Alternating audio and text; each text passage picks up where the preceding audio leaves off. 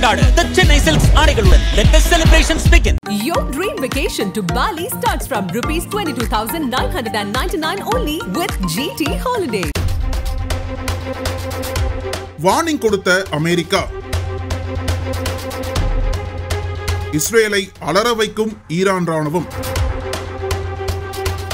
மூன்றாம் உலகப் போரின் முன்னோட்டம்.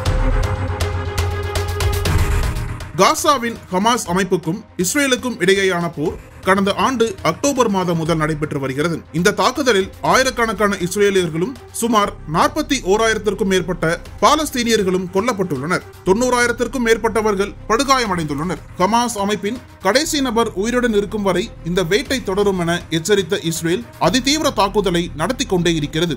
சர்வதேச நாடுகள் இந்த போரை நிறுத்த பல்வேறு முயற்சிகளை மேற்கொண்டு வருகிறது. இருப்பினும் போர் தொடர்ந்து கொண்டே இருக்கிறது.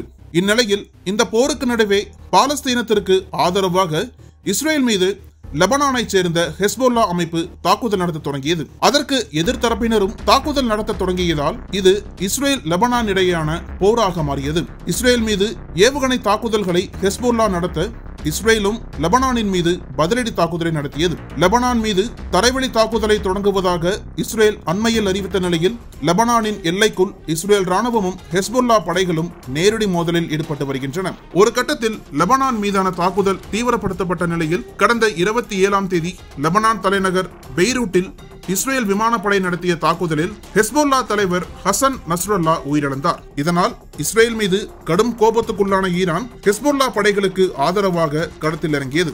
இந்த நிலையில் அமெரிக்காவின் வெள்ளை மாளிகை கடந்த 1ஆம் தேதியன்று எச்சரிக்கை அறிக்கை ஒன்றை வெளியிட்டிருந்தது. அந்த அறிக்கையில் அடுத்த 12 மணி நேரத்தில் இஸ்ரேல் மீது ஈரான் ஏவுகணை தாக்குதல் நடத்தும். இதற்கு முழு வீச்சில் ஈரான் தயாராகி வருகிறது.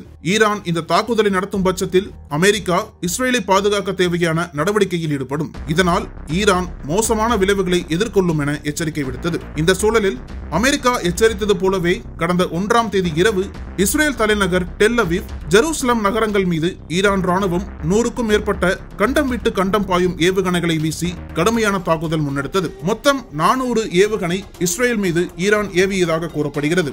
ஈரானின் இந்த கோர தாண்டவத்தால் இஸ்ரேல் ராணுவம் திகைத்து நிற்கின்றது. ஈரானின் இந்த தாக்குதலால் இஸ்ரேலில் உள்ள அபாய ஒலிகள் அலறிக்கொண்டே இருக்கின்றது.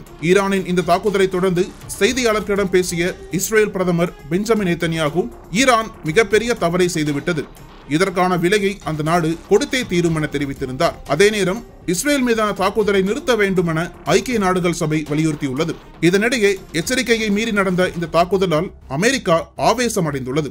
இது குறித்து அமெரிக்க அதிபர் ஜோ பைடன் பேசும்போது ஈரான் ஏவுகணைகளை இடைமறித்து தாக்க இஸ்ரேல் ராணுவத்திற்கு உதவுமாறு அங்கு முகாமிட்டுள்ள அமெரிக்க ராணுவத்திற்கு உத்தரவிட்டிருந்தேன். இஸ்ரேலுக்கு அமெரிக்கா முழு ஆதரவாக உள்ளது என கூறியிருக்கிறார். இந்த சூழலில் லெபனான் மீது தாக்குதல் நடத்தினால் இஸ்ரேல் மீது நடத்தப்படும் தாக்குதல்கள் மிகவும் தீவிரமாகவும் வலி நிறைந்ததாகவும் இருக்கும் என ஈரான் எச்சரிக்கை விடுத்துள்ளது.